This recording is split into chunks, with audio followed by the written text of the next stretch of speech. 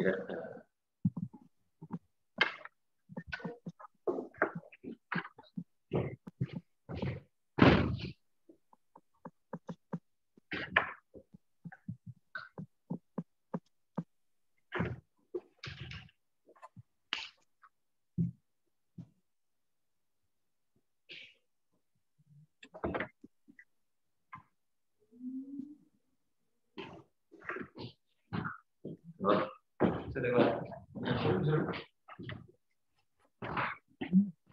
Saya udah profesi Pak Bahrul, tadi pembicaranya dari Jakarta, Pak. Oke. Pak tadi sudah ada di belakang ini. Siap. Oke. Selamat malam semuanya. Malam, Pak. Selamat sore. Ada yang sore juga ya, Ebet ya.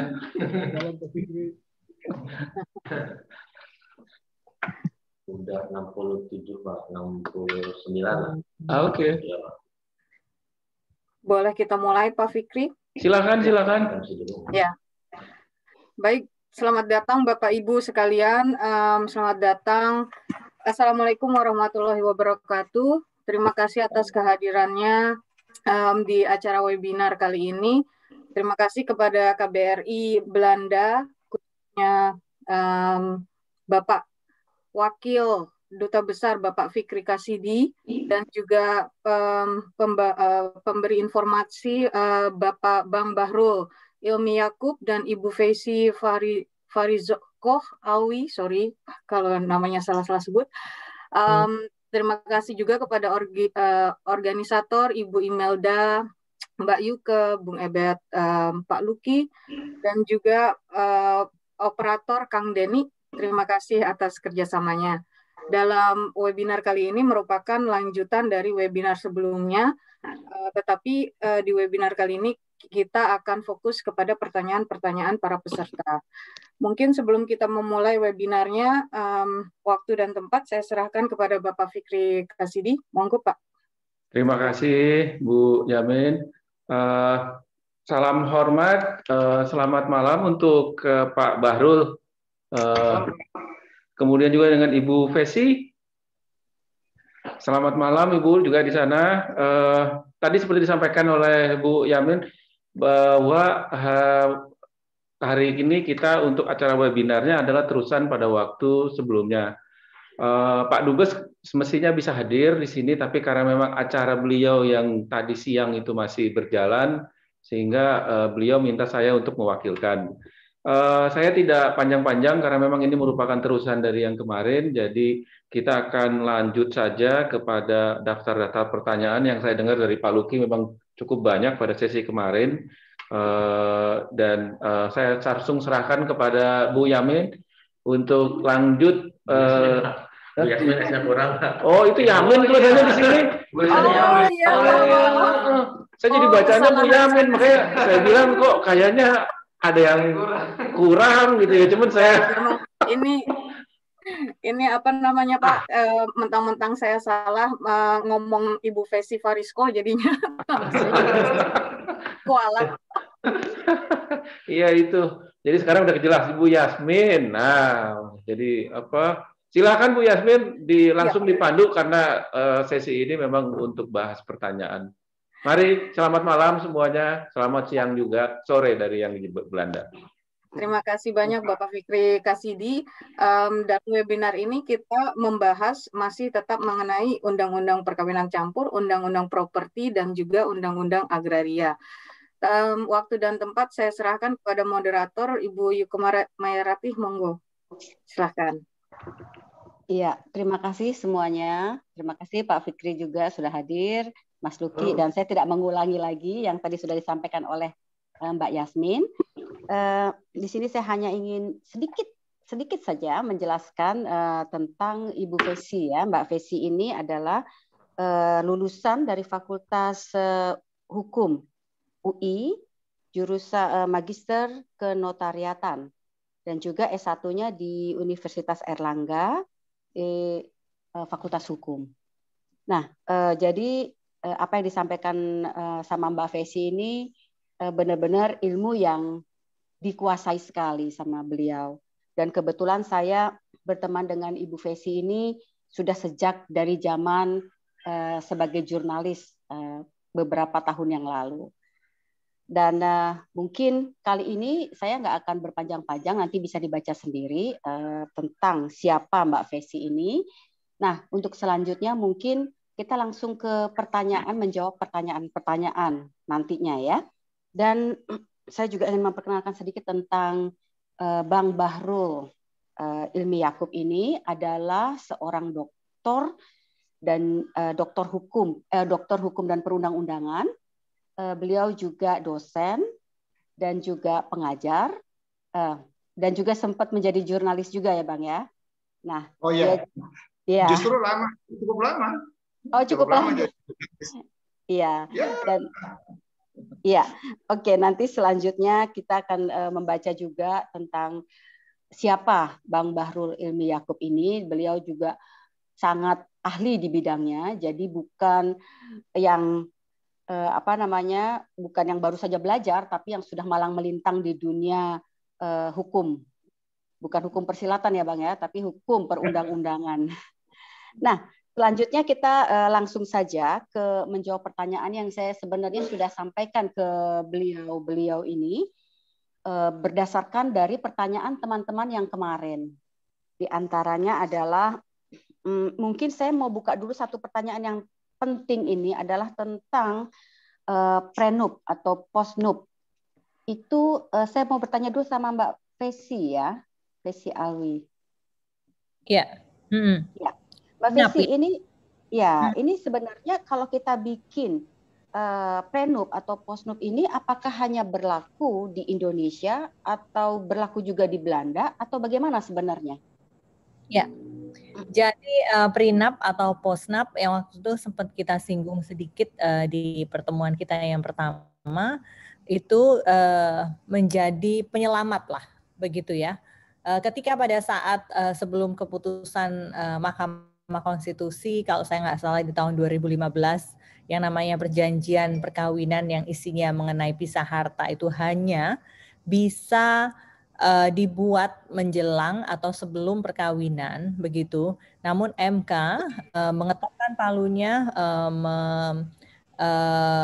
menyetujui permohonan dari dulu ada komunitas perkawinan campur begitu bahwa prenup itu bisa atau perjanjian pisah harta itu bisa dibuat pada saat perkawinan itu berlangsung begitu. Kenapa? Saya pikir filosofi dari keputusan Mahkamah Konstitusi itu adalah untuk menyelamatkan warga negaranya begitu, sehingga hak-hak warga negara ini tidak terus kemudian menjadi dilematis ketika dia belum membuat perjanjian apa-apa begitu, udah keburu menikah dan ternyata akhirnya ada hak-haknya yang berkurang. Lalu kemudian MK berkeputusan untuk membuat prenup tersebut bisa dilakukan pada saat perkawinan berjalan seperti itu. Nah, pertanyaan dari Mbak Yuga tadi, apakah berlaku di belahan dunia lain seperti itu ya? Ya tergantung begitu. Kita kan berpedoman bahwa perkawinan tersebut dicatatkan di mana, begitu, dilaksanakan di mana pertama begitu, dan dicatatkan tidak begitu di negara tersebut begitu. Nah, ketika itu dicatatkan bahwa perjanjian pisah harta itu dicatatkan, maka itu bisa berlaku juga di negara lain menurut hemat saya ya. Begitu selain daripada di Indonesia begitu. Tapi yang jelas yang menjadi dasar ini semua adalah perkawinan campur ini. Nah, kebetulan yang saya beberapa kali dapatkan itu perkawinan campur ini tidak didaftarkan begitu di Indonesia gitu. Jadi saya juga ingin mengingatkan sekali lagi di sini bahwa perkawinan ketika terjadi perkawinan antara WNI dan WNA begitu sebaiknya sebisa mungkin juga dicatatkan di NKRI begitu. Jadi memang ketika dia tampil di depan hukum baik ketika mau tanda tangan perjanjian kredit dan lain sebagainya begitu, dia tampil bukan sebagai single kalau memang dia tidak single begitu, tapi sebagai orang yang sudah menikah dan dicatatkan perkawinannya di tanah air. Jadi dengan kata lain, ketika dia membuat prenup atau postnup di Indonesia, itu juga bisa berlaku di Belanda. Jadi mengikat kedua belah pihak begitu, Fesi. Tergantung apa namanya di Belanda seperti apa. Tapi prenup ini saya pikir berlaku internasional sih, begitu. Bukan sebuah hukum adat Indonesia yang hanya berlaku di Indonesia. Prenup ini sudah terkenal di mana-mana, seperti itu kan ya. Pisah harta itu kalau bule itu rasanya tidak membuat pisah harta itu malah justru aneh begitu. Kalau orang Indonesia kan kalau pisah harta dianggapnya macam-macam begitu. Dianggapnya wah ini perkawinan yang tidak tulus dan lain sebagainya. Padahal di balik itu semua yang namanya juga perkawinan itu kan perjanjian antara kedua belah pihak yang awalnya tidak punya hubungan darah seperti itu ya. Ya apa salahnya juga menjaga haknya masing-masing. Jadi kesimpulan yang saya tangkap, mudah-mudahan saya nggak salah ya. Jadi ketika kita membuat ketika kita menikah di Indonesia, kita membuat prenup atau postnup di Indonesia, itu juga berlaku di negara di mana kita tinggal gitu. Contohnya dalam hal ini Belanda.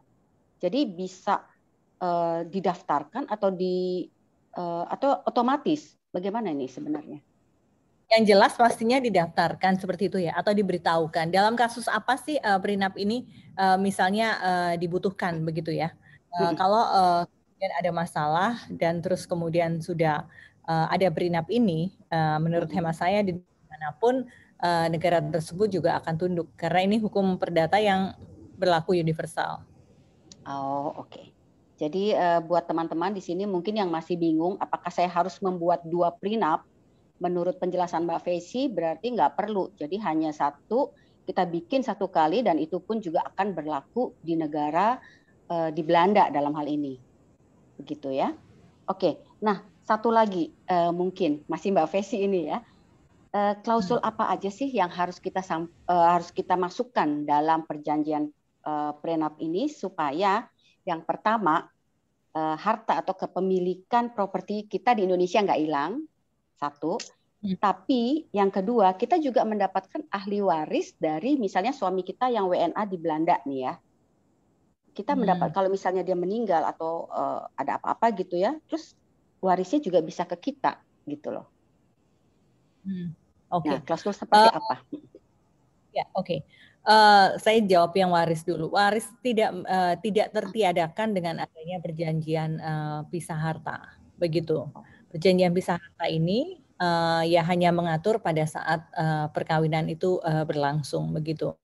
Harta waris jika kemudian salah satu meninggal, begitu, akan menjadi harta waris baik istri maupun suaminya maupun bagi anak-anaknya. Itu akan muncul siapa ahli warisnya itu akan muncul. Seperti itu. Bahkan ya, juga untuk bagian yang memang merupakan harta dia selama perkawinan. Gitu. Nah, tadi justru yang klausula. Yang jelas perkawinan itu sebetulnya bisa mengatur apapun, begitu ya. Tapi kan kebanyakan mengatur mengenai pemisahan harta.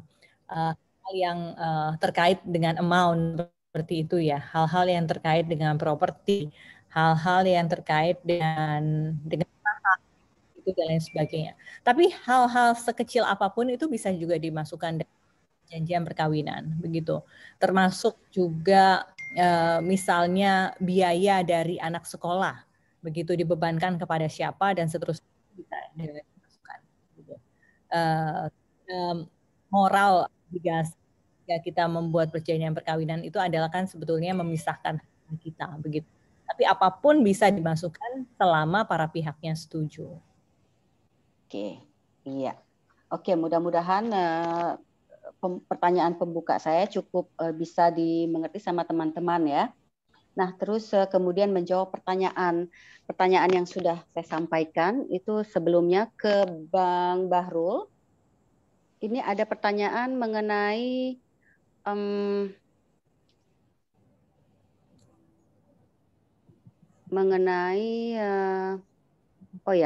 menikah di Belanda tapi belum didaftarkan ke KBRI, catatan sipil di Indonesia, ada prenuptial agreement di Indonesia dan Belanda. Bagaimana prosesnya kalau mau punya atau beli atau menerima warisan di Indonesia? Bagaimana perhitungan pajak-pajaknya? Nah, dia ada nanya pajak nih. Menanya pajak. Gimana nih? Oke, mungkin sebelum ke situ saya agak mundur sedikit ke soal pre-nuptial agreement ya. Di jawaban tertulis saya sudah sampaikan. Jadi betul apa yang disampaikan oleh Mbak Fesi tadi. Ya. Awalnya ya di Undang-Undang Nomor 1 Tahun 74 itu ya di pasal 29 itu diatur tentang perjanjian perkawinan. Jadi undang-undang sendiri sebetulnya sudah menjelaskan itu sebagai perjanjian perkawinan atau nuptial agreement. Tapi yang terkenal justru disebut prenuptial agreement. Ya. Nah, apa itu prenuptial agreement? Ya, perjanjian pernikahan ya atau perjanjian perkawinan khusus mengatur tentang penggabungan harta perkawinan ya, atau pemisahan. Ya. Saya mau jelaskan ini agak lebih itu karena ini cukup complicated ya. Jadi dulu perjanjian perkawinan itu dapat dibuat sebelum atau pada saat pernikahan itu dilangsungkan. Awalnya ya, itu pasal 29 ayat 1 Undang-Undang Nomor 1 Tahun 74. Kemudian yang disampaikan oleh Mbak Fesi tadi betul. Kemudian ada pengujian terhadap norma pasal 29 ayat 1 dan pasal 29 ayat 3 tentang kapan tentang waktu pembuatan nuptial agreement. Nah, Mahkamah Konstitusi melalui putusan nomor 69 tahun 2015 ya, menginterpretasikan bahwa yang terkenal sebagai nuptial agreement itu dikembalikan kepada hitohnya ya, kepada hitohnya karena undang-undang sendiri sudah menyebutnya nuptial agreement atau perjanjian perkawinan. Nah, perjanjian perkawinan ini dapat dibuat ya menurut Mahkamah Konstitusi dapat dibuat sebelum perkawinan, pada saat perkawinan, atau selama perkawinan itu terjadi. Boleh ya itu dibuat selama perkawinan terjadi. Jadi kalau dikatakan post-nup juga nggak benar karena pasca perkawinan, kalau post-nup itu pasca perkawinan artinya perkawinannya udah bubar. Itu nggak bisa lagi membuat. Ya. Jadi selama, jadi yang betul itu selama perkawinan itu berlangsung, dia dapat membuat itu. Ya. Nah, kemudian tentang klausulanya, ya tadi Mbak Pesi sudah menjelaskan, klausula yang dapat diatur dalam nuptial agreement atau perjanjian perkawinan itu tergantung dengan apa yang hendak diperjanjikan oleh si suami dengan si istri, atau si calon suami atau si calon istri. Tergantung apa yang mau dia perjanjikan. Saya ingin menjelaskannya. Selama ini pemahaman kita, nuptial agreement itu cuma pemisahan harta. Kenapa? Karena di Undang-Undang Nomor 1 Tahun 74 pasal 30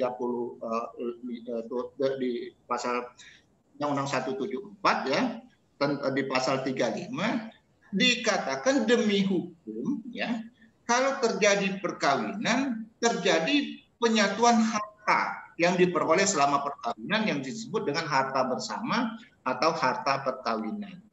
Ada ketentuan itu. Makanya untuk menyingkirkan ini si suami dan si istri ya dapat membuat perjanjian yang mengeksklusi norma ini. Artinya perjanjian pernikahan atau perkawinan di Indonesia itu cenderung ya untuk memisahkan harta perkawinan. Ya. Itu untuk Indonesia ya. Tapi jangan lupa kalau di luar negeri, katakan di beberapa negara bagian di Amerika, mereka itu nggak mengenal penyatuan harta. Makanya ketika mereka membuat perjanjian perkawinan justru menyatukan harta. Jadi terbalik. Kalau kita memisahkan, mereka justru menyatukan. Atau ya itu ada perbedaan. Ya. Mereka menyatukan harta. Ya. Karena mereka memang tidak menyatukan, tidak ada aturan tentang penyatuan harta. Kenapa? Karena perkawinan bagi orang Amerika dan orang Barat pada umumnya itu cuma dicatatkan saja karena itu dianggap urusan pribadi. Nah, jadi hartanya nggak bersatu. Di Indonesia karena perkawinan itu dianggap perjanjian yang sakral, ya. Makanya harta yang diperoleh oleh pasangan suami istri selama menikah itu dia bersatu. Nah, untuk memisahkan dibuatlah perjanjian perkawinan, gitu. Dengan ketentuannya, Mbak Pesi tadi kita sudah menjelaskan bahwa si suami dan si istri dapat saja membuat berbagai kesepakatan atau berbagai klausul dalam nuptial agreement, ya, dalam perjanjian perkawinan itu sepanjang atau perjanjian itu atau klausula perjanjian itu tidak bertentangan dengan undang-undang. Ya. Kalau dia di Indonesia tidak bertentangan dengan undang-undang Indonesia, ya. Kalau dia di Belanda tidak bertentangan dengan undang-undang Belanda, ya. Nanti diperiksa, saya belum periksa ya, di Belanda apakah dia menganut rezim penyatuan harta perkawinan atau tidak? Karena pada umumnya di negara-negara liberal, ya, dia nggak ada urusan itu. Itu urusan harta itu urusan pribadi masing-masing dari pasangan, ya. Jadi nggak bersatu dia. Makanya nanti dilihat itu atau hukum Belanda di undang-undangnya. Kalau di Indonesia jelas ada pasal 35 Undang-Undang 1. Jadi syarat yang diperjanjikan itu pertama tidak bertentangan dengan undang-undang yang berlaku di negara yang bersangkutan. Ya. Nah, yang kedua, perjanjian itu tidak bertentangan dengan kepatutan dan kesucian. Ya, itu batasannya. Ya. Jadi dia boleh. Soal konteksnya, dia bisa menyatukan atau harta perkawinan, bisa memisahkan. Tergantung pada aturan yang berlaku di negara yang bersangkutan.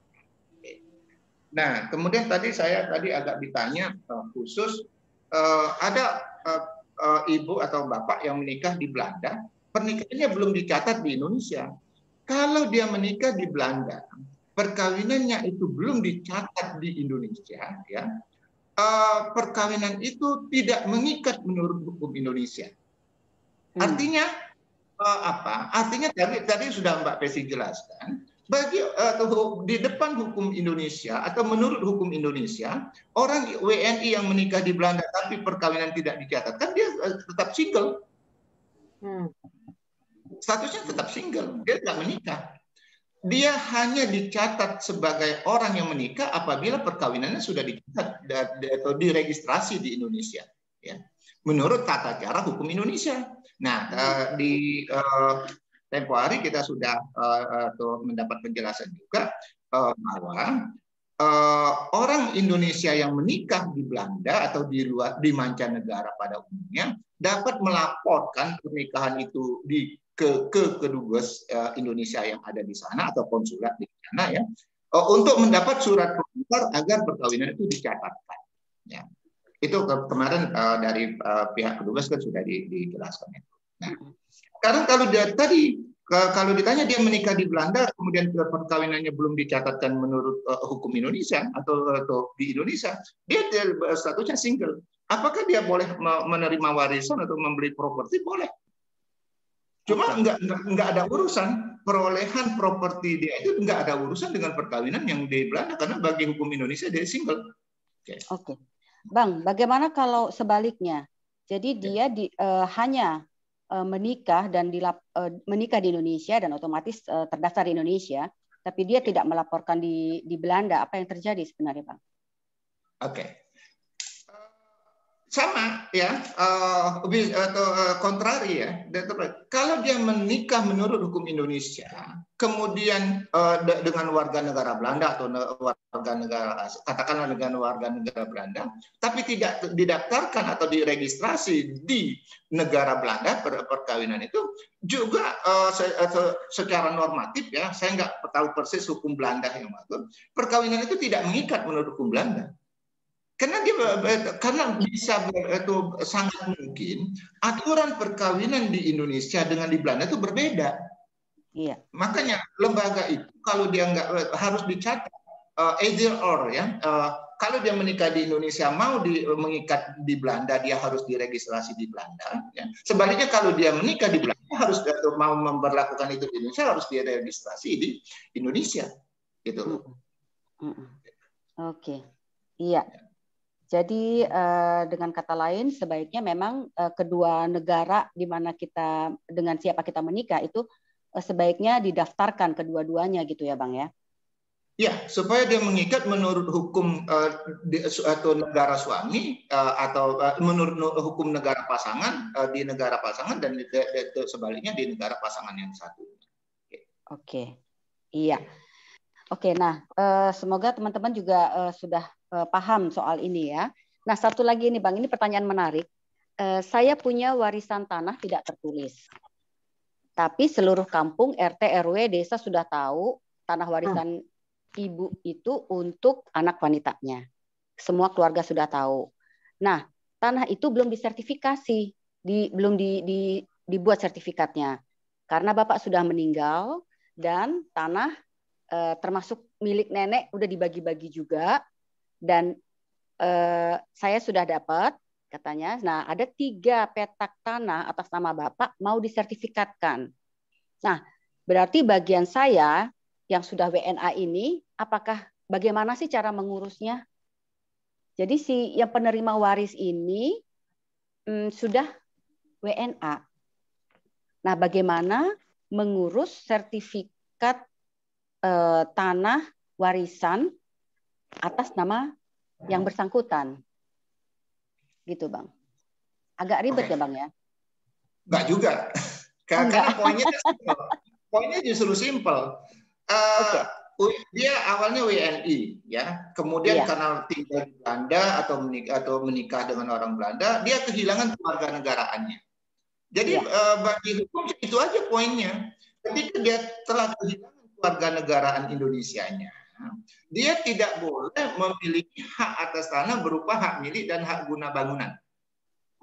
Jadi kalau dia mau mensertifikatkan tanah warisan itu, ya sepanjang sudah punya bukti-bukti awal yang cukup, ya, tadi kan belum punya surat katanya ya, tapi kan diketahui pasti kemudian itu bisa di-create, misalnya ada lirik, ada macam-macam, itu bukti awal namanya untuk tanah ya.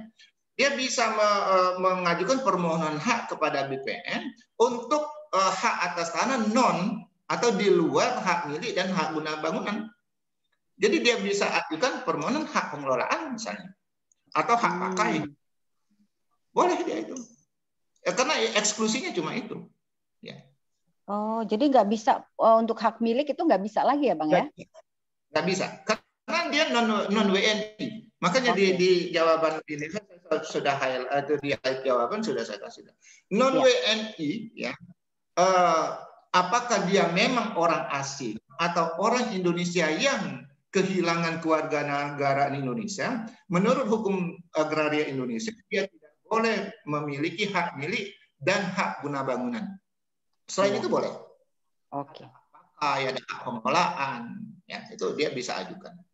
Nah, kalau misalnya hak pakai atau hak guna bangunan itu, Bang, misalnya kita kan bisa memperpanjang ya.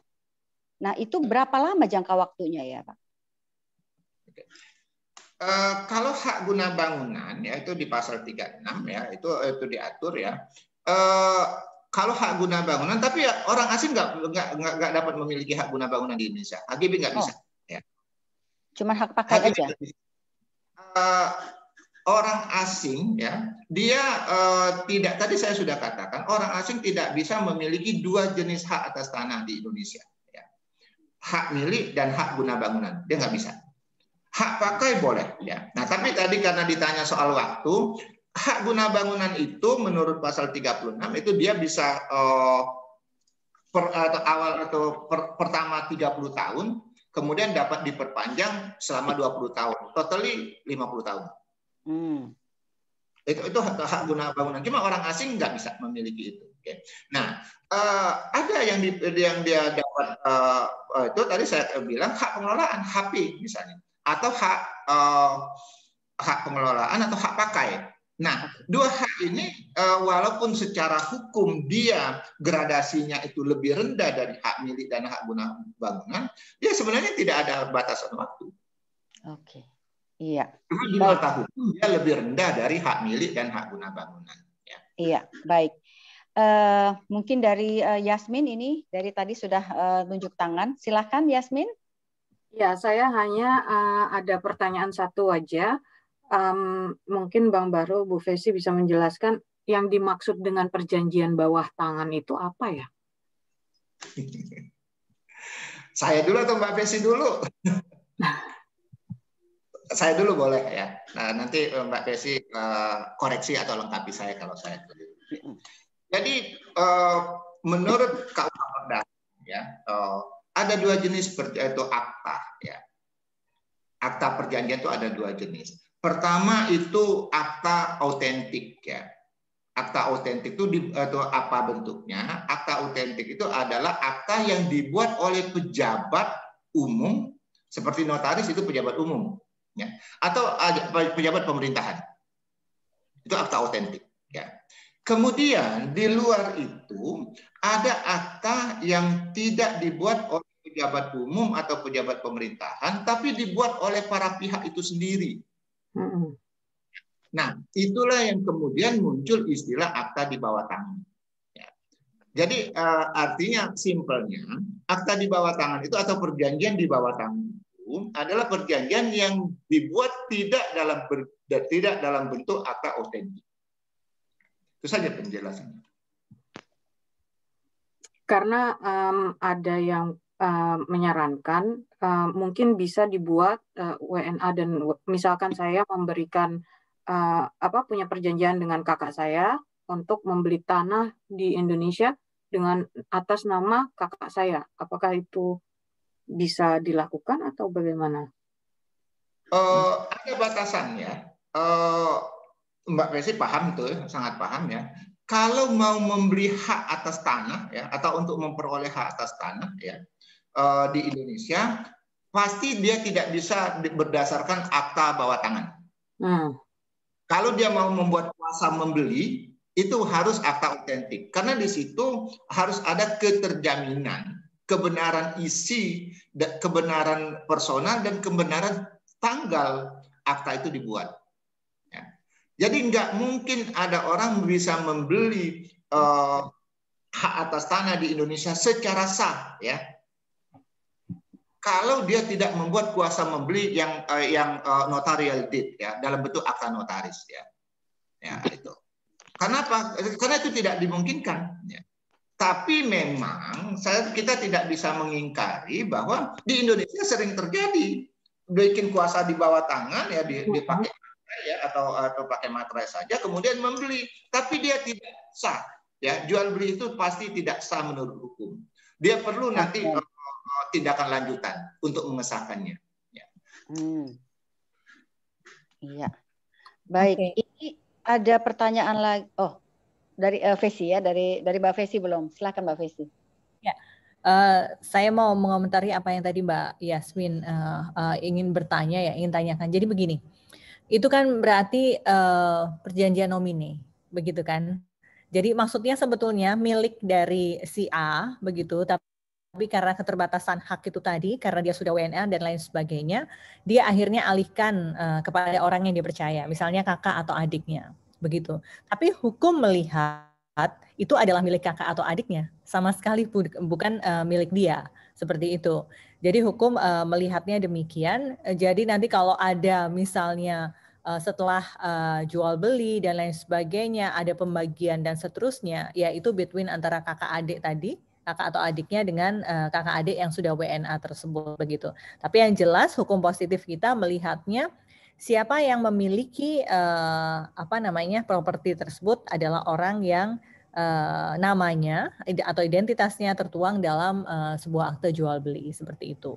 Nah, fenomena perjanjian nomine atau menggunakan orang sebagai figur ini banyak terjadi misalnya di tanah-tanah di Bali seperti itu.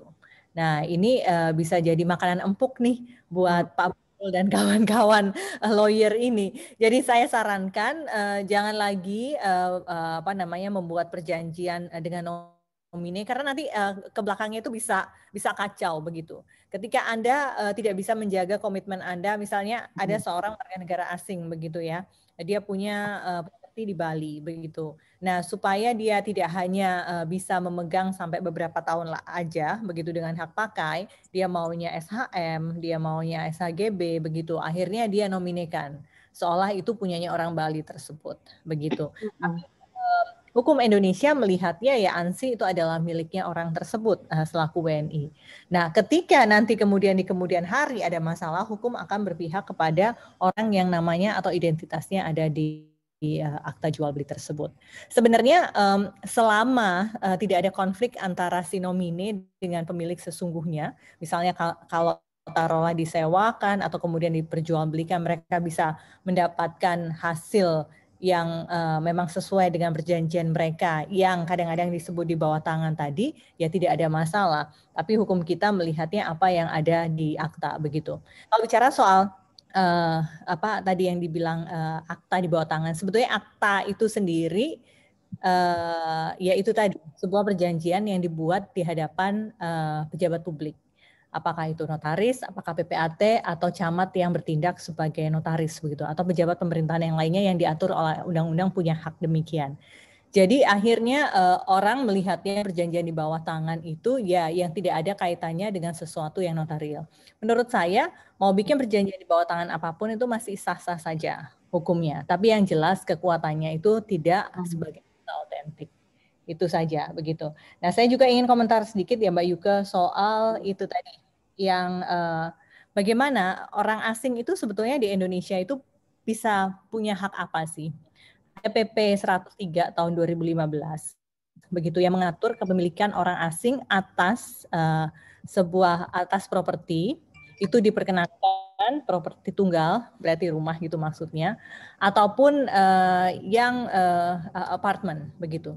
Tapi yang jelas alas haknya itu hanya ansih hak pakai, bahkan SHGB ataupun hak milik pun tidak. Ini mungkin dalam rangka menjaga kepemilikan seutuhnya itu ada di tangan WNI begitu. Ya. Tapi benar kata Pak Bahrul tadi, sebetulnya WNA mengantongi hak pakai saja menurut saya itu sudah cukup kok begitu, dan itu juga punya nilai ekonomis yang tinggi begitu. Dia bisa diberikan hak pakai selama 30 tahun, kemudian nanti diperpanjang dan lain sebagainya. Dia bisa. Jadi pemerintah itu membuat win-win solution begitu. Jadi hak itu tidak diserahkan sepenuhnya kepada asing, tapi memberikan sebagian haknya, sebagian kecil haknya agar mereka bisa di sini. Seperti itu. Tadi juga saya ingin, saya tadi baca-baca nih beberapa pertanyaan-pertanyaan. Kita lompat-lompat sedikit nggak apa-apa ya Mbak Yuka? Silakan. Soal perjanjian pisah harta atau prenup apakah bisa dibatalkan atau bisa direvisi. Namanya juga perjanjian. Perjanjian itu adalah kesepakatan para pihak seperti itu. Anytime kalau kedua belah pihak sepakat, ya bisa-bisa aja mau dirubah, mau direvisi dan lain sebagainya bisa-bisa saja. Asal itu tidak merugikan pihak ketiga. Begitu. Pihak ketiga misalnya ada hubungannya sama perbankan atau orang yang kemudian ada bisnis dan lain sebagainya dengan mereka dan punya sesuatu indikasi tidak baik, itu nanti bisa menjadi case begitu. Tapi ketika itu tidak ada sama sekali, ya feel free saja mau merubah perjanjian perkawinannya seperti apa, tidak ada masalah. Dan ada yang menarik bagaimana jika perjanjian perkawinan itu bahkan sampai mengatur soal hak asuh anak. Nah, tadi Bang Bahrul sempat jelaskan kan bahwa sebetulnya terminologi postnup itu sendiri tidak benar-benar banget gitu kan. Karena yang diatur itu adalah selama begitu. Nah, kalau kita udah bicara masalah hak asuh anak, konotasinya adalah ketika perkawinan itu berakhir dengan perceraian. Seperti itu. Menurut hemat saya, itu kok kayaknya kurang layak ya dimasukkan dalam term and condition ataupun dalam klausula-klausula dalam sebuah perjanjian perkawinan. Mungkin Bang Bahrul mungkin bisa tambahkan atau punya opini yang berbeda. bahwa hak asuh anak itu kan sesuatu yang terjadi pada saat perceraian berlangsung begitu. Dan ada peran majelis hakim yang bisa menilai objektif sebagai pihak ketiga siapa sih yang patut mendapatkan hak asuh anak itu. Walaupun sih kalau menurut peraturan hukum positif di Indonesia kalau sudah kalau sebelum 12 tahun menjadi bersama dengan ibunya begitu, tapi dengan ibunya tidak melakukan pelanggaran yang berat seperti itulah ya. Tapi itu ada peran dari pihak yang netral begitu, yang akan memutuskan siapa yang lebih layak mengasuh. Begitu. Itu Mbak. Iya. Oke, ini dari tadi sudah banyak yang antri. Ini coba saya persilahkan MV Van Beek. Silahkan. Ya, halo. Ya. Saya Feni. Ya. Ya, saya mau tanya nih, apakah dengan kita sebagai warga negara Indonesia melepas citizen Indonesia, tapi tetap bisa memegang paspor Indo dan tetap bisa memiliki warisan yang sudah dimiliki, atau bisa melakukan jual beli properti di Indonesia? Iya, oke. Silahkan. Mungkin Mbak Fesi bisa menjelaskan. Oke. Pada prinsipnya ketika sudah menjadi WNA ada hak-hak yang tidak bisa dimiliki. Seperti yang tadi kita sampaikan, hak atas tanah yang bisa dimiliki atau dipegang begitu ya. Karena pada intinya hukum positif kita itu mengatur bahwa sebetulnya semua hak atas tanah itu dimiliki oleh negara, tapi didistribusikan kepada warga negaranya sesuai dengan tingkatan begitu. Ketika warisan Anda berupa hak milik, kalau Mbak Bu Feni ini mau maju sebagai ahli waris, yaitu sebetulnya sebelumnya harus diturunkan haknya dulu menjadi hak pakai. Kalau tidak ada kapasitasnya untuk memegang hak tersebut, begitu. Bang Bahrul mungkin bisa menambahkan. Ya, izin moderator dulu. Saya langsung. Iya, silakan Bang. Oke, saya melengkapi atau yang dijelaskan oleh Mbak Fesi sudah benar tadi. Jadi WNI, ya awalnya WNI, kemudian dia kehilangan kewarganegaraan Indonesianya. Dia tidak terhalang untuk memperoleh harta warisan. Jadi nggak ada halangan. Nah, tapi kalau kemudian harta warisan itu berupa hak-hak yang dibatasi atau dilarang untuk dimiliki oleh non-WNI, misalnya dia memperoleh warisan berupa tanah. Hak atas tanah itu ternyata hak milik atau hak guna bangunan, ya, tanah dan rumah misalnya ada hak guna bangunan. Dia dalam waktu 1 tahun harus turunkan hak guna bangunan atau hak milik itu menjadi hak orang asing atau yang dapat dimiliki oleh orang asing, yaitu yang paling simpel, yang paling umum dikenal hak pakai.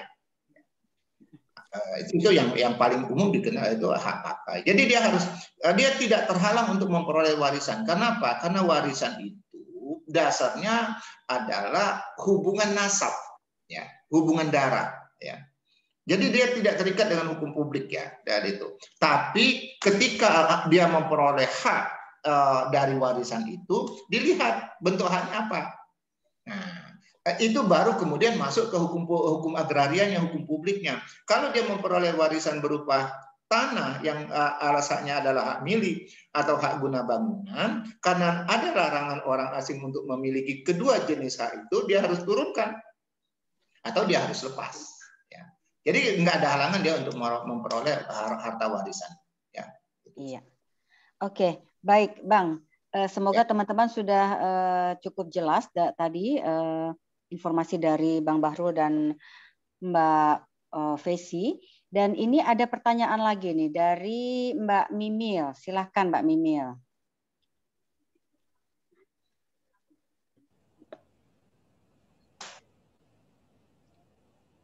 Halo?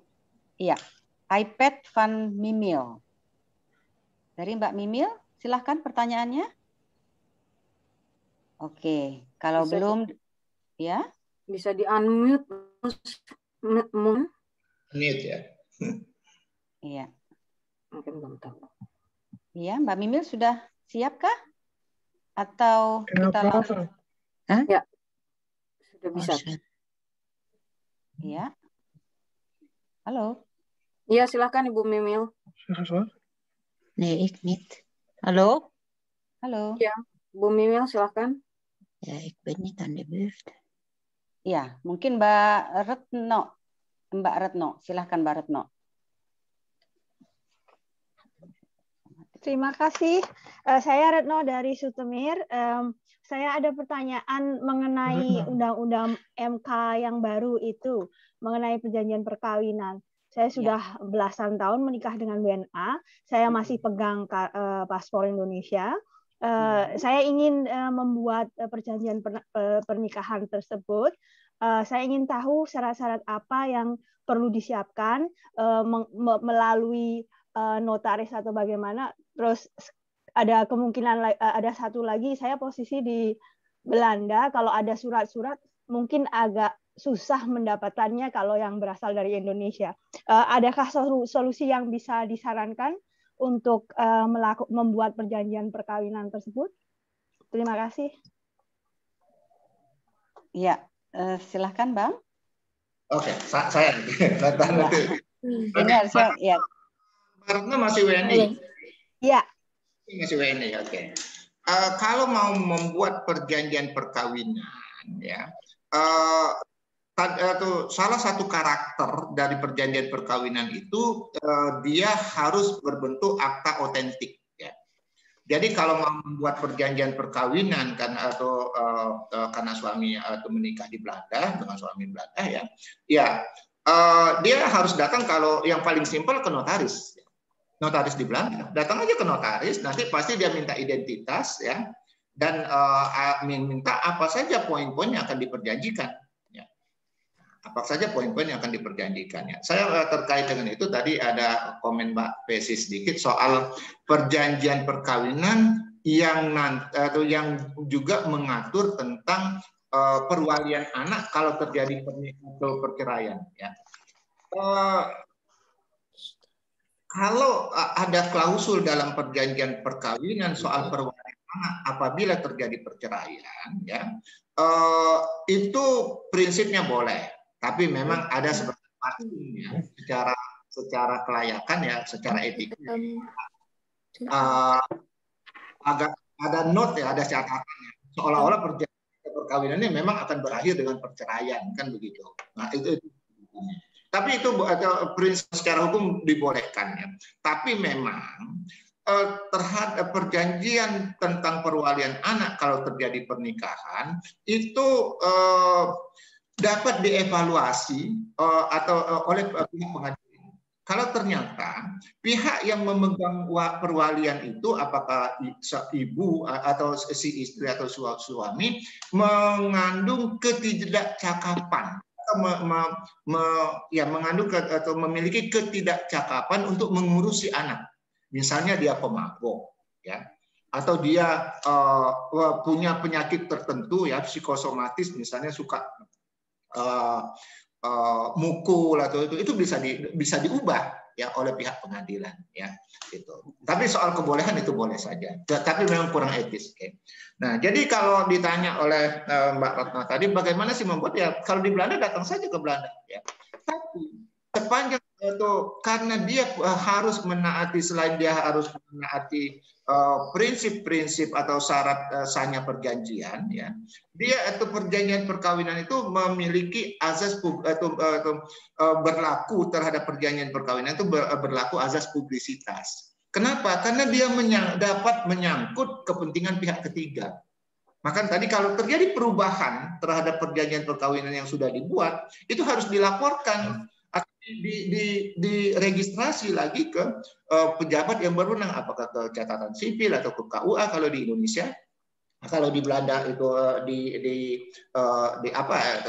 mungkin catatan sipil juga, pada umumnya disebut catatan sipil ya, harus diregistrasi. Kenapa? Karena itu dapat menyangkut kepentingan pihak ketiga, sehingga ketika terjadi perubahan kepentingan pihak ketiga atau berpotensi untuk dirugikan gitu. Jadi kalau ditanya ya bisa saja atau datang saja ke kantor notaris di Belanda, ya pasti nanti dia akan meminta syarat-syarat untuk membuat perkawinan itu, perjanjian perkawinan itu. Ya, simpelnya satu lagi informasi, saya menikah di Tulung Agung di Indonesia, tercatat di KUA dan di catatan sipil di Tulung Agung. Berarti saya kalau sudah bikin perjanjian notaris, saya harus registrasi perjanjian perkawinan tersebut ke KUA Tulung Agung, gitu lagi, Pak. Itu, Pak. Oke. Statusnya tadi WNI ya. Jadi karena statusnya WNI, pernikahannya menurut hukum Indonesia, dia boleh membuat perjanjian perkawinan di Belanda. Kemudian kalau dia dibuat dalam bahasa Belanda, ya, nanti itu harus ada terjemahan ya. Terjemahan sah ke dalam bahasa Indonesia dan diregistrasi di Indonesia. Baru dia berlaku menurut hukum Indonesia. Karena ada ketentuan di undang-undang kebahasaan ya, perjanjian-perjanjian yang dibuat di dalam bahasa asing itu dia harus memiliki terjemahan sah dalam bahasa Indonesia. Baru dia diregistrasi di Indonesia. Iya. Terima kasih. Iya. Oke. Sekarang ada pertanyaan lanjutan dari Maita Seli. Silahkan Mbak Maita Seli.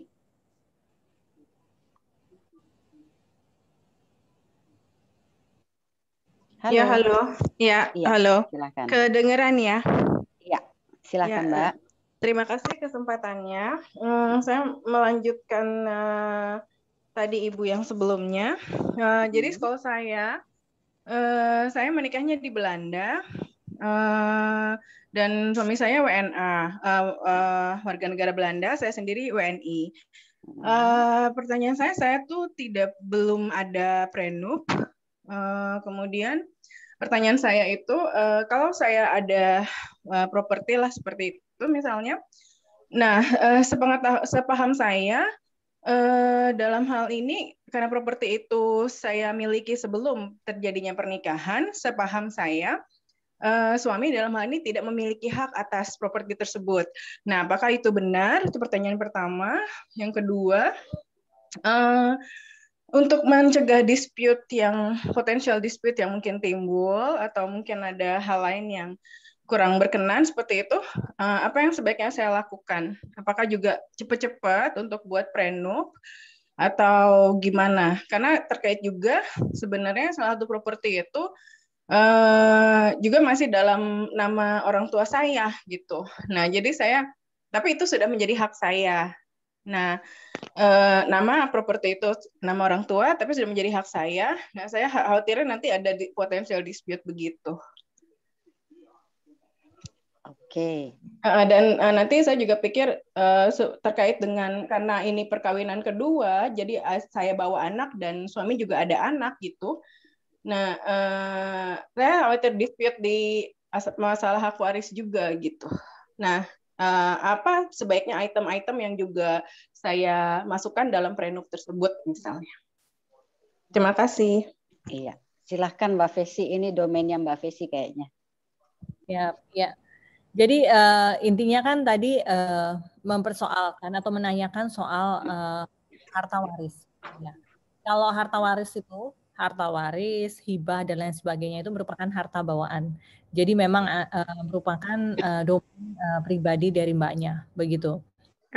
Terkait juga dengan harta-harta yang diperoleh sebelum pernikahan terjadi. Jadi potensi untuk dispute, saya pikir kalau dihubungkan, dikorelasikan dengan harta bersama itu tidak ada, begitu. Oh, okay. Jadi harta bawaan sebelum pernikahannya saat ini, harta waris, hibah dan lain sebagainya itu merupakan milik dari ibu, begitu kan? Nah, termasuk juga harta waris misalnya dari pernikahannya terdahulu, begitu. Itu tidak ada suami, begitu maupun anak-anak ibu dengan suami saat ini terkait dengan warisan yang sebelumnya. Tapi saran saya selalu adalah ketika when it turns to perca, pasangan pernikahan atau perkawinan campur gitu, memang buatlah perjanjian pisah harta begitu, karena itu sangat melindungi masing-masing pihak khususnya pihak dari warga negara Indonesia itu sendiri begitu. Jadi kalau kemudian nantinya ada dispute terkait dengan perkawinan tersebut, itu bisa dengan mudah ini milik siapa begitu. Nah tadi saya juga ingin menjawab, jadi udah terjawab ya tadi di chat box juga ada yang menanyakan bagaimana dengan harta-harta sebelum perkawinan itu terjadi. Kalau sebelum perkawinan itu terjadi mau harta apa saja begitu itu adalah milik Anda 100% begitu. Tidak perlu juga diperdebatkan lagi begitu. Tapi tetap saya, apalagi ini ada beberapa pernikahan, sebelumnya sudah ada pernah satu pernikahan, sekarang ada pernikahan lagi, ya buatlah perjanjian pisah harta terkait dengan harta-harta yang nantinya muncul pada saat perkawinan tersebut, nantinya tidak akan menjadi dispute baik kepada Anda maupun pada misalnya ada anak dan lain sebagainya begitu. Tadi itu kan ada hartanya yang masih itu merupakan harta ibu, tapi masih atas nama orang tua seperti itu ya. Ya. Nah, ini selama masih belum menjadi harta dari ibu sendiri, itu kita sebutnya harta orang tua begitu. Apakah sudah diwasiatkan dan lain sebagainya itu lain soal. Tapi ketika itu dihibahkan kepada Anda itu masih menjadi harta orang tua begitu. Nah, ketika kemudian misalnya orang tuanya sudah meninggal, baru itu kemudian menjadi harta warisan begitu. Atas harta warisan tersebut tidak ada hak dari suami. Walaupun harta warisan itu diberikannya pada saat ini saya sudah menikah gitu dengan suami warga negara asing. Ya, betul. Harta warisan yang menjadi hak suami adalah harta warisan Anda, begitu, bukan harta warisan orang tua Anda, begitu. Oh ya. Dan kecuali kalau kemudian kemudian harta yang properti yang diperoleh sebelum pernikahan, kemudian kami jual, kemudian kami beli yang baru. Nah, itu berarti kemudian menjadi harta bersama setelah pernikahan. Setelah pernikahan menjadi harta bersama. Kalau memang tidak ada perjanjian pisah harta ya. Oh, maksudnya begitu. Jadi kalau misalnya ternyata properti yang saya beli sebelum menikah itu kemudian kami jual saat ini, kemudian kami beli properti yang baru, berarti properti yang baru itu masuk ke dalam common goods ya, berarti common goods dari pernikahan yang sekarang gitu ya. Menjadi harta bersama. Kecuali diperjanjikan lain ya, misalnya ternyata yang properti yang sebelum nilai properti yang saya punya sebelum pernikahan misalnya sekian M gitu. Nah, kemudian itu diperjanjikan bahwa sekian M itu adalah proportion portion dari kepemilikan saya begitu ya. Kecuali kalau diperjanjikan begitu ya. Iya. Apa itu bisa? Dan tergantung perjanjian ya. Begitu kan, perjanjian itu memang tidak bisa berlaku surut seperti itu. Oh, iya. Belum baik. Baik, terima kasih pertanyaannya, Mbak Fesi. Mungkin ada baiknya juga kali nanti setelah acara ini selesai, mungkin kita minta tolong Mbak Fesi untuk juga membuat salah satu contoh klausul yang dibutuhkan untuk membuat prenup atau postnup. Contoh aja klausul-klausul apa sih yang bisa atau yang bagus, yang ideal menurut Mbak Fesi gitu buat kita, begitu, bisa ya? Bisa ya, kirimkan email ya ke Mbak Yuka. Baik, oke, terima kasih sebelumnya. Nah, selanjutnya kita akan ini dari Mbak Mimil. Mbak Mimil mungkin mau mengajukan pertanyaan, silahkan. Ya, terdengar suara saya? Iya, jelas, silakan. Ya, ini saya mau tanya tentang lapor diri. Saya menikah di Belanda pada tahun 2013. Ya. Karena suami saya duduk di kursi roda, gitu. Ya, terus di grup Indonesia pun jika sudah menikah di Belanda dan harus melapor diri bahwa status sudah berbeda, sudah tidak lajang lagi dan menikah. Lalu pada tahun 2016 saya datang ke KBRI dengan 2 tujuan. Tujuan pertama adalah paspor, memperbaharui paspor, dan lapor diri. Setelah itu saya bertanya tentang apakah saya harus melapor bahwa saya sekarang sudah menikah dan status menikah di Bandung, gitu. Jadi catatan sipil apa KUA semacam kayak gitu. Setelah itu kata yang di sana yang dari KBRI sendiri, oh nggak usah Bu, nggak usah lapor ke KUA atau catatan sipil. Karena di sini sudah cukup datanya dari lapor diri dari data saya gitu. Nah, saya jadi apa namanya dilema gitu. Jadi pertanyaannya Mbak Mimil adalah apakah dengan melaporkan diri ke KBRI itu udah cukup ataukah setelah lapor ke KBRI mesti lapor juga ke KUA daerahnya gitu? Iya. Pertanyaannya gitu. begitu ya? Terus satu lagi pada waktu tahun 2018 saya kebetulan ke Indonesia karena saya merasa apa ya? Saya coba aja deh melapor diri gitu ya, maksudnya bahwa status saya sudah berbeda gitu. Di mana tuh? Di catatan sipil di Bandung. Oh, oke. Ya. Terus di sana, oh nggak bisa Bu, nggak bisa daftar. Kenapa nggak bisa daftar? Karena harus dengan suaminya ibu sendiri datang ke sini. Jadi nggak bisa dari pihak saya sendiri gitu. Terus saya ya sebetulnya saya juga ingin sama suami, tapi dikarenakan suami saya duduk di kursi roda dan apa namanya tidak ya susah lah untuk ke Indonesia gitu kan. Iya. Oke. Iya. Iya. Udah jadi, cukup jelas Mbak Mimil. Iya. Oke, terima kasih. Jadi intinya lapor diri itu apakah cukup dengan di KBRI Den Haag ataukah juga harus dilaporkan kembali ke catatan sipil di Bandung begitu kan?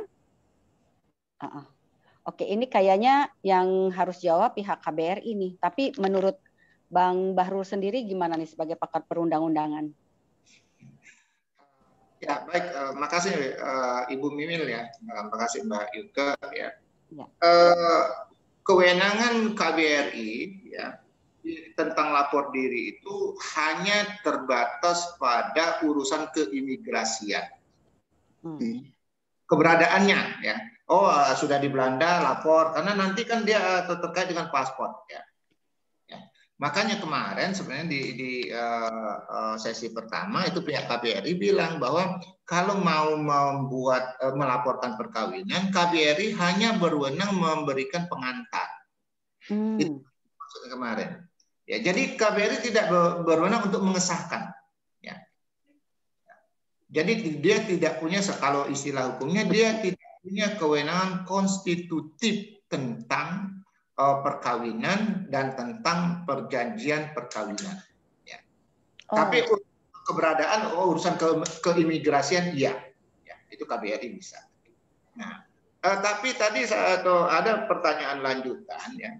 Mbak Mimil sebetulnya sudah berusaha untuk lapor, kayaknya yang mau diregistrasi itu perjanjian perkawinannya ya, karena menikah di Belanda, suaminya atau enggak sulit atau ada kesulitan ke Indonesia atau untuk datang ke Indonesia, Mbak Mimil sudah datang ke Indonesia untuk mendaftarkan perjanjian perkawinannya di catatan sipil Bandung, tapi oleh petugas diminta supaya datang bersama suami. Itu kesulitan kan begitu, karena suaminya nggak bisa datang kan itu. Ini sebenarnya masalah teknis ya.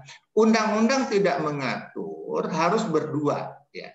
Nah mungkin tadi sudah minta pengantar enggak dari KBRI ya. Kemudian juga minta penjelasan bukti otentik bahwa suaminya kesulitan untuk datang ke Indonesia karena sakit. Mungkin itu yang perlu diminta supaya bisa diterima. Tapi itu juga sebenarnya ada kekurang cermatan ya dari petugas catatan sipil untuk menghadirkan suami, karena di ketentuannya tidak harus, melalui kuasa pun bisa mendaftarkan itu. Melalui kuasa hukum bisa, ya. Jadi maaf Bang, sorry, dengan kata lain bahwa sebenarnya Mbak Mimil, tanpa Mbak Mimil datang sendiri, itu pun sebenarnya dia bisa memberikan kuasa misalnya kepada adiknya untuk mendaftarkan perkawinannya di catatan sipil di Indonesia, begitu Bang? Pengertian kuasa di sini, kuasa memang untuk ya orang yang berwenang, ke advokat misalnya. Oh, dia kasih advokat untuk mendaftarkan itu bisa. Nggak harus orangnya datang in persona. Itu merepotkan. Kalau harus datang in persona itu merepotkan, apalagi sakit. Ini kurang, petugasnya kurang cermat. Ya. Kenapa? Saya sering sekali ya, mendaftarkan perjanjian perkawinan ya yang atas nama klien saya. Itu udah biasa itu. Kalau gitu sekalian tanya Bang, berapa harganya Bang? Berapa tarif atau berapa biayanya Bang? Ya, karena misalnya kalau dia daftar di Palembang sih, karena saya di Palembang kan gampang, murah. Saya nggak perlu terbang ke Bandung atau nggak perlu terbang ke Jakarta kan begitu. Tapi kalau saya harus terbangnya tempat kelahiran Mbak Besi di Surabaya, tentu kan harus ngitung akomodasi ke Surabayanya kan begitu. Karena mendaftarkan itu no charge ya, itu enggak itu. Tinggal ya yang itu ya soal hubungan hukum antara si pemberi kuasa dengan penerima kuasa. Jadi memberi kuasa ke advokat pun bisa untuk mendaftarkan itu. Oke, itu baik. Petugasnya. Jadi via advokat bisa. Bisa. Via pengacara. Jadi saya tidak harus atau suami saya tidak harus datang ke Indonesia. Ya, bisa. Oh, oke. Oke. Ya, itu. Iya. Kenapa orang saya nggak tahu? Ya, iya. itu si petugas itu kurang cermat itu, mempersulit orang. Nah. Baik. Saya rasa sudah cukup jelas Mbak Mimil ya. Oke. Atau bisa begini tidak? Pernikahannya apakah memang sudah ada sesuai dengan aturan hukum Belanda? Begitu. Sepertinya sih ya ada. Saya melakukan seperti itu ya. Ya. Saya melakukan pernikahan di Belanda, berarti saya mengikuti juga peraturan yang ada di Belanda, gitu kan? Kan dikhawatirkan misalnya ada pernikahan secara adat dan lain sebagainya yang secara aturan hukum Belanda itu belum diakui begitu. Jadi apa yang harus didaftarkan kalau aturan kalau pernikahannya belum diakui secara hukum Belanda begitu? Saya melakukan pernikahan 2 kali secara sipil dan agama. Secara sipil ya berarti hukum dan kita share tentang ya share semuanya ya. Iya. Jadi intinya mungkin yang disebut dengan yang disampaikan oleh Mbak Fesi, apakah perkawinannya Mbak Mimil ini terdaftar di Belanda dan juga sehingga bisa dilaporkan di Indonesia. Jadi kalau di Belanda itu kan ada yang namanya samenwonen atau hidup bersama atau menikah dengan terregistrasi, cuman terregistrasi aja ya sebagai pasangan. Nah itu mungkin tidak diakui di Indonesia. Mungkin begitu maksudnya ya Mbak Fesi ya? Ya, selama memang pernikahannya itu sah menurut hukum suatu negara, itu saya pikir nggak ada apa ya. Tidak ada halangan bagi negara kita untuk mencatatkan seperti itu. Dan memang harus dicatat. Karena hukum positif Indonesia baru mengakui seseorang menikah secara negara begitu ketika itu dicatatkan. Begitu. Iya. Tapi dicatatkan memang harus ada dasarnya. Seperti itu. Baik. Sekarang mudah-mudahan Mbak Mimil sudah cukup jelas ya. Nah sekarang terima kasih banyak. Ya, sama-sama. Sekarang Mbak Eri iPhone. Silahkan, Mbak Eri. Ya, terima kasih. Saya dari Amstelveen. Saya mau tanya, kalau misalnya WNI punya hak milik atau hak guna bangunan di Indonesia. Oh, oke, harus pakai video ya. Punya hak milik atau hak guna bangunan di Indonesia, dia masih WNI, terus kemudian dia ganti warga negara menjadi warga negara Belanda dan tidak mengurus penurunan hak itu ke hak pakai dalam waktu setahun tadi saya dengar ya. Iya. Apa yang terjadi dengan properti yang di Indonesia itu? Apa hilang? Bagaimana? Iya, oke, baik. Bang Bahrul ini kayaknya ya. Silakan Bang Bahrul. Baik, WNI menikah dengan orang asing, kemudian dia memperoleh hak milik ya, itu ya. Kemudian anggaplah nggak ada masalah pernikahan, nggak ada masalah warisan, jadi benar-benar sendiri aja. Oke, Mbak Eri WNI tinggal di Belanda, statusnya masih WNI atau sudah WNA? Bukan saya sih sebenarnya, tapi statusnya masih WNI orang ini. Ya, yang tanya itu. Ya, jadi gini, simpelnya, saya kasih simpelnya aja ya. WNI yang kemudian itu tinggal di Belanda, dia tetap punya semua hak-hak keperdataan di Indonesia. Untuk tanah punya hak milik, boleh punya hak guna bangunan, boleh punya hak pakai ya. Tapi kalau orang WNI yang kehilangan kewarganegaraan Indonesianya, dia tidak boleh lagi memiliki dua jenis hak itu, hak milik dan hak guna bangunan. Hak pakai boleh. Oke. Nah, tadi ditanya ya, kalau misalnya WNI kemudian dia kehilangan kewarganegaraan Indonesianya, tapi dia masih memiliki hak milik atau hak guna bangunan di Indonesia, secara normatif aturannya itu harus diturunkan haknya menjadi hak pakai, karena dia cuma boleh punya hak pakai, ada hak lain kecuali dua jenis hak itu ya. Nah, itu normatif ya. Nah, dalam praktek ya, BPN kita sebagai instansi yang mengurus urusan pertanahan atau keagrariaan, itu dia tidak punya data yang cukup komplit ya. Makanya kalau misalnya dia tadinya WNI, kemudian dia kehilangan warga negara Indonesianya, tapi dia masih memiliki hak milik ya, sertifikatnya itu tetap sah ya. Tidak ada pembatalan otomatis ya. Praktek itu tidak ada pembatalan otomatis ya. Kenapa? Karena data kewarganegaraan, data pertanahan itu sampai sekarang belum otomatis ya, baru berusaha untuk online ya. Jadi di prakteknya 1 tahun jangka waktu untuk menurunkan hak pakai itu sebenarnya pada prakteknya bisa lebih lama lagi karena oke. Bisa lebih lama sepanjang ya sertifikatnya masih tercantum, karena itu nanti berlaku norma tentang pendaftaran tanah 19 Undang-Undang Agraria 56. Oke. Nggak akan jadi masalah Pak pada saat misalnya setelah pemilih nggak akan jadi masalah Pak pada saat misalnya 5 tahun setelah jadi warga negara Belanda baru diurus, terus dia nggak punya paspor Indonesia lagi, ditanya di BPPN atau gimana, nggak akan jadi masalah. Kok nggak dari kemarin-kemarin Mbak diturunkan haknya, jadi nggak boleh gitu, nggak ya? Sepanjang pengalaman saya jarang dipersoalkan ya. Oke. Karena tidak ada pengguguran ya, memang akan ada di undang-undang pertanahan yang baru, nanti ada yang namanya tanah absente itu. Cuma nanti itu masih debatable ya. Saya ingin katakan tidak ada pembatalan sepanjang yang praktek yang saya laksanakan, tidak ada pembatalan sertifikat secara otomatis oleh BPN. Iya. Terima kasih Pak, terima kasih, jelas, cukup jelas, makasih.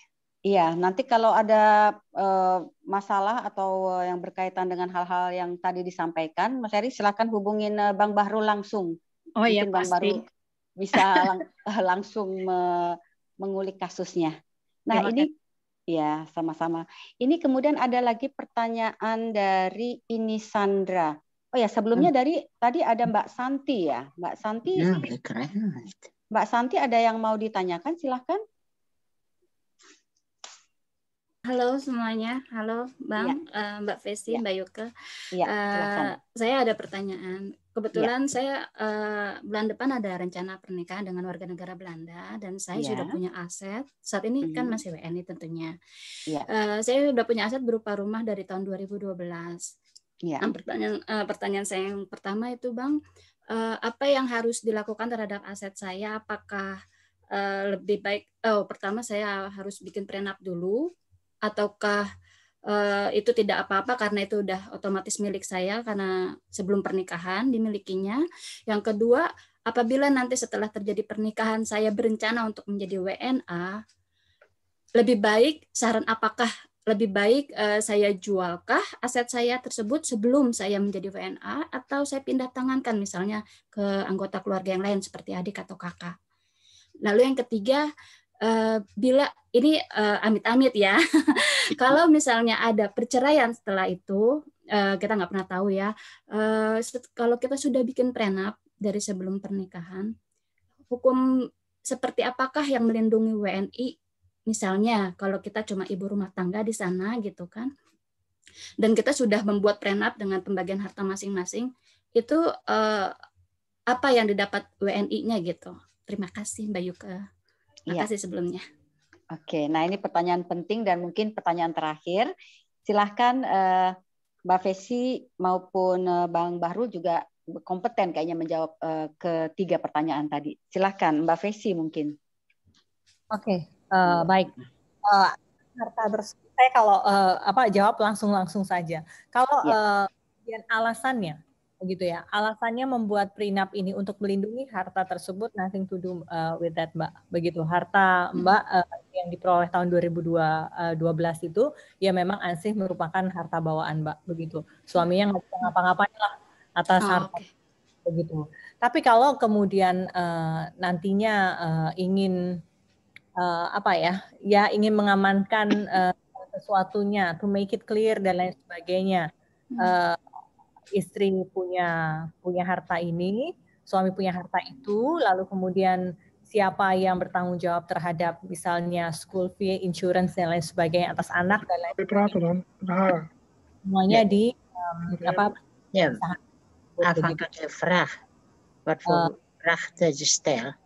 sama halnya juga ketika kemudian nanti ketika Mbak Santi ini bekerja di Belanda menghasilkan uang dan lain sebagainya, lalu kemudian ingin membeli properti di Indonesia, begitu ya ada baiknya kalau tetap mengantongi paspor hijau, lebih baik sudah dipisahkan saja hartanya, lebih baik demikian, begitu kan? Lebih enak nih. Jadi atas properti yang Mbak Santi itu miliki, begitu Mbak masih punya kewenangan untuk memegang hak tertinggi atas tanah di Indonesia, yakni hak milik maupun ke bawahnya hak guna bangunan. Enggak kalau kemudian dia bukan warga negara asli. Tapi kalau kemudian ingin melepaskan kewarganegaraannya, paspor hijaunya, begitu, ya hak atas tanah yang bisa Mbak miliki ya sama seperti orang asing yang belongs-nya sebagai orang asing, begitu. Ya mentok-mentoknya di hak pakai, which is itu sebenarnya nggak apa-apa juga, begitu. Toh hak pakai itu memang ada limitasi waktu 30 tahun, tapi bisa diperpanjang 20 tahun, bisa kemudian direview lagi dan lain sebagainya, nggak ada masalah. Dan yang terakhir tadi, hukum apakah yang melindungi ketika ya misalnya amit-amit ada perceraian dan lain sebagainya. Ya menurut hemat saya kalau Mbak sudah WNA ya hukum Belanda begitu. Ketika sudah WNA ada di Belanda ya hukum yang melindungi masing-masing pihak ketika bercerai tersebut adalah hukum Belanda begitu. Yang saya terus terang dalam hal ini nggak menguasai, tapi menurut saya hukum perdatanya universal dan hukum Belanda itu kan kita itu mengadopsi semua aturan hukum saja sebetulnya. Kita KUHP kita dan lain sebagainya sampai sekarang mau direvisi pun juga nggak selesai seperti itu. Saya pikir ya hampir samalah dengan hukum-hukum yang kita bukan hampir sama lagi begitu. Kalau kita undang-undang pidana maupun perdata, tolong saya dikoreksi kalau salah Bang Bahrul. Saya pikir sama banget begitu.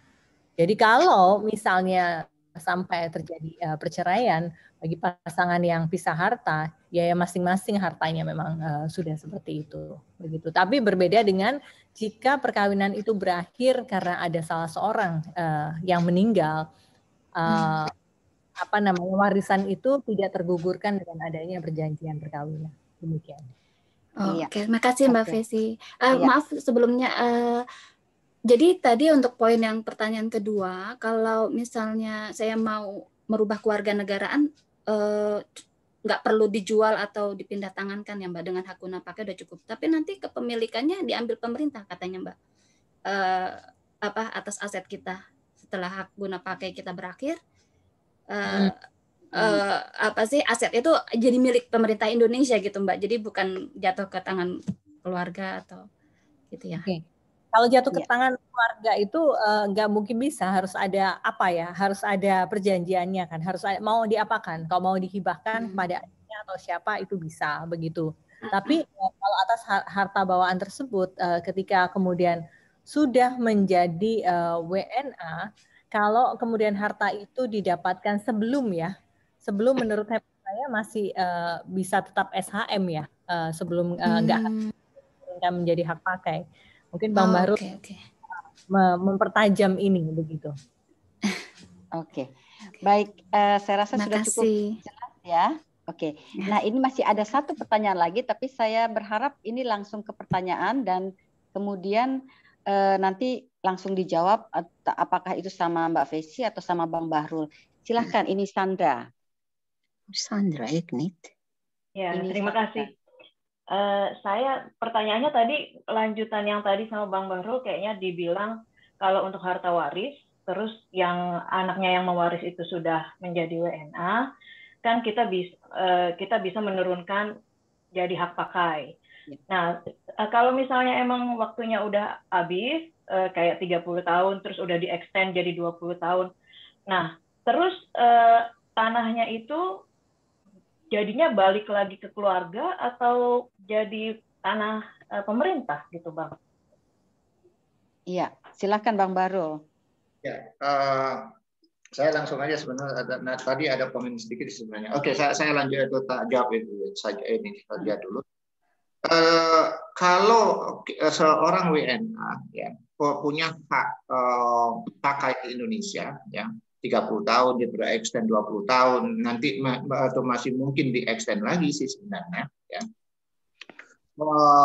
Masih tercatat dengan atas nama WNA itu ya.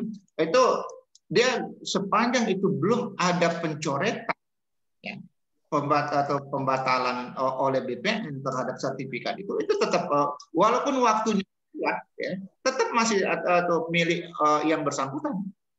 Karena ciri dia jatuh menjadi tanah dalam penguasaan negara.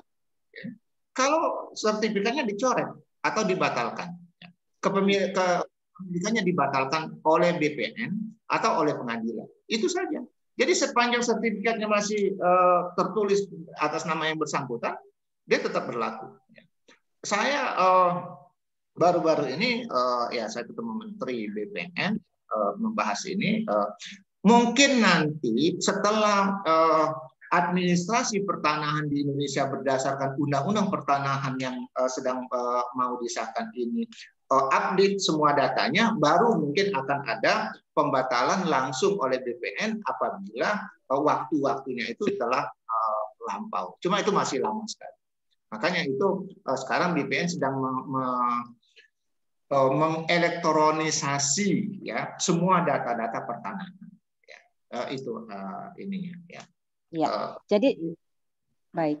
Jadi dengan kata lain Bang, apakah itu hak pakai ataukah itu hak pengelolaan itu tetap aman selama nama kita di dalam sertifikat itu tetap, misalnya Yuke Mayarati akan tetap terus memiliki hak atas itu. Jadi tidak otomatis jatuh ke pemerintah atau kemana-mana gitu kan Bang ya? Oke, baik. Ini pertanyaan terakhir ya. Maaf Bang. Ya, jadi itu prinsipnya itu saja simpel. Sepanjang nama yang bersangkutan masih tercantum di sertifikat itu, dia secara hukum menurut praktek dan hukum pertanahan di Indonesia dia masih dianggap sebagai pemilik properti itu. Iya, baik. Terima kasih banyak Bang. Ini satu lagi pertanyaannya. Silahkan Mbak Budi apa Pak Budi van Bruggen. Silahkan. Selamat siang Ibu-Ibu dan Bapak. Saya akan menanyakan kalau seandainya saya beli rumah di Indonesia, saya punya paspor Indonesia. Lalu suami saya warga negara Belanda. Apakah suami saya itu bisa menggugat kalau kita dalam suatu masa bercerai?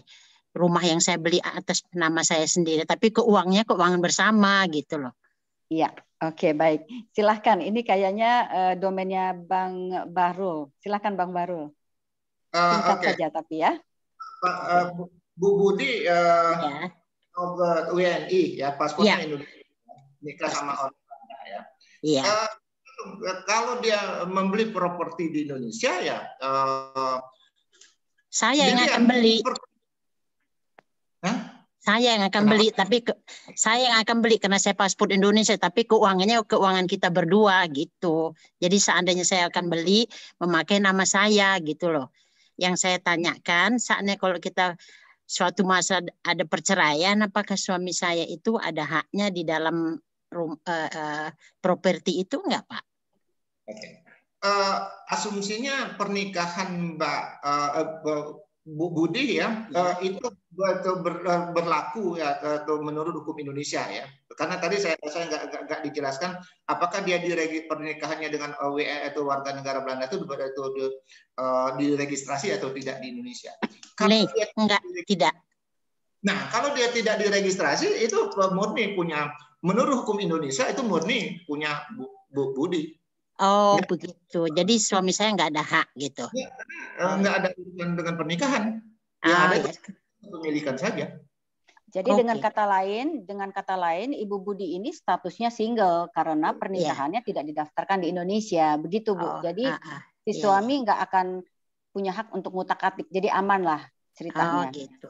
Nah kalau seandainya Pak saya mau menghibahkan ya, surat apakah yang saya perlukan? Karena kita nggak punya anak ceritanya.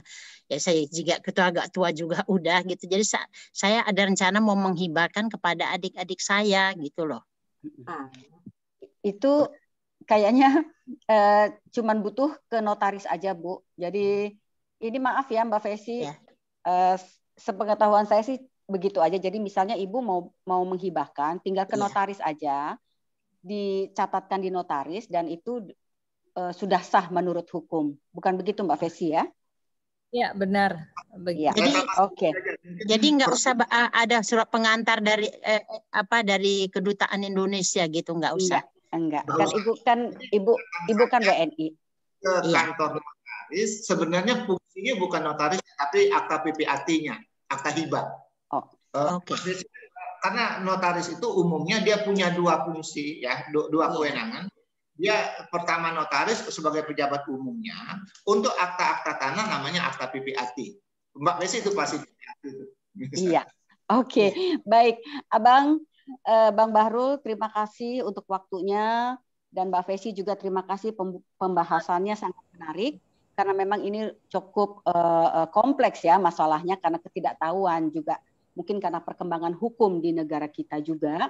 Jadi saya mengucapkan terima kasih untuk semua penjelasannya dan mungkin nanti saya akan share seperti tadi yang sudah saya jelaskan poin-poin dari perjanjian prenup atau postnup dan juga mungkin nanti ada pertanyaan-pertanyaan terkait mereka. Teman-teman ini ada yang mau minta email Abang langsung, emailnya Mbak Fesi, nanti saya akan berikan juga ke mereka. Silahkan nanti bisa berhubungan langsung. Ya Bang ya, Mbak Fesi ya. Oke, silahkan Mbak Yasmin untuk menutup acara. Terima kasih Bapak Ibu sekalian atas partisipasinya. Terima kasih Bang Bahrul, terima kasih Bu Fesi dan Mbak Yuke. Terima kasih sebagai moderator. Jangan lupa untuk para partisipan untuk mengisi daftar hadir. Dan juga pertanyaan-pertanyaan yang ada di chat room mungkin secara offline ya Mbak Yuke akan dijawab. Mungkin Pak Luki mau menutup acara? Silakan Pak Luki. Terima kasih buat Pak Bahrul, Bu Fesi. Sekarang jam 12 malam di Jakarta, jadi kita sangat appreciate sekali karena mau ikut mencerahkan mengenai isu properti ini yang sangat penting dan banyak berkaitan juga dengan kepentingan warga negara Indonesia yang ada di sini. Semoga dari webinar ini terjawab semua pertanyaan yang tidak sempat terjawab waktu sesi pertama. Kalaupun nanti ada beberapa masih ingin menanyakan lagi, silakan bisa kontak bisa lewat KBRI atau lewat Mbak Yuke atau lewat ILH, lewat Mbak Imelda, dan jangan khawatir juga. Ini nanti akan kita record dan nanti akan kita share juga hasil diskusi kita, akan kita share ke teman-teman semua para peserta. saya tidak bermaksud untuk menyimpulkan ini semua karena sudah sangat jelas tadi poin-poinnya. Dengan diskusi kita yang sangat interaktif bisa kita simpulkan sendiri menurut kepentingan masing-masing peserta ya. Tadi ada ini saja sih usulan bagus dari hasil diskusi ini supaya bisa di-share kepada kita contoh untuk prenup template-nya bisa di-share, karena ini kan prenup agreement ini jadi salah satu kunci kita untuk bisa menyelesaikan permasalahan atau kompleksitas dari masalah properti di Indonesia itu. Jadi mohon misalnya kalau ada contoh untuk prenup bisa di-share ke kita untuk terutama poin-poin yang idealnya apa saja yang bisa diakomodir dalam agreement tersebut. Sekali lagi atas nama Pak Dubes, Pak Wakil Dubes, saya ucapkan terima kasih kepada Pak Bahrul, Bu Fesi, Ibu Yuke, Ibu Yasmin, Kang Ebet, Bu Imelda yang udah menjadi organisator untuk webinar ini. Sampai bertemu lagi di lain kesempatan untuk webinar dari kita semua akan kita edarkan lagi nanti pengumumannya. Terima kasih. Assalamualaikum warahmatullahi wabarakatuh. Waalaikumsalam warahmatullahi wabarakatuh. Terima kasih. Ya semua. Terima kasih Bu Ibu dan Bapak.